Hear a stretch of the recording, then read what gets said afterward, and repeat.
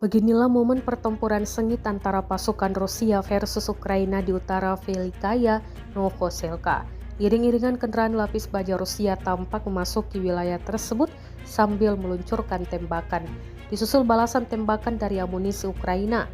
Rekamannya beredar di Telegram pada Rabu 18 Desember 2024. Dalam keterangan unggahan disebutkan inilah rekaman penyerangan terhadap newcomer di utara Velikaya Novoselka. Telah terjadi pertempuran sengit untuk desa tersebut selama beberapa minggu hingga saat ini.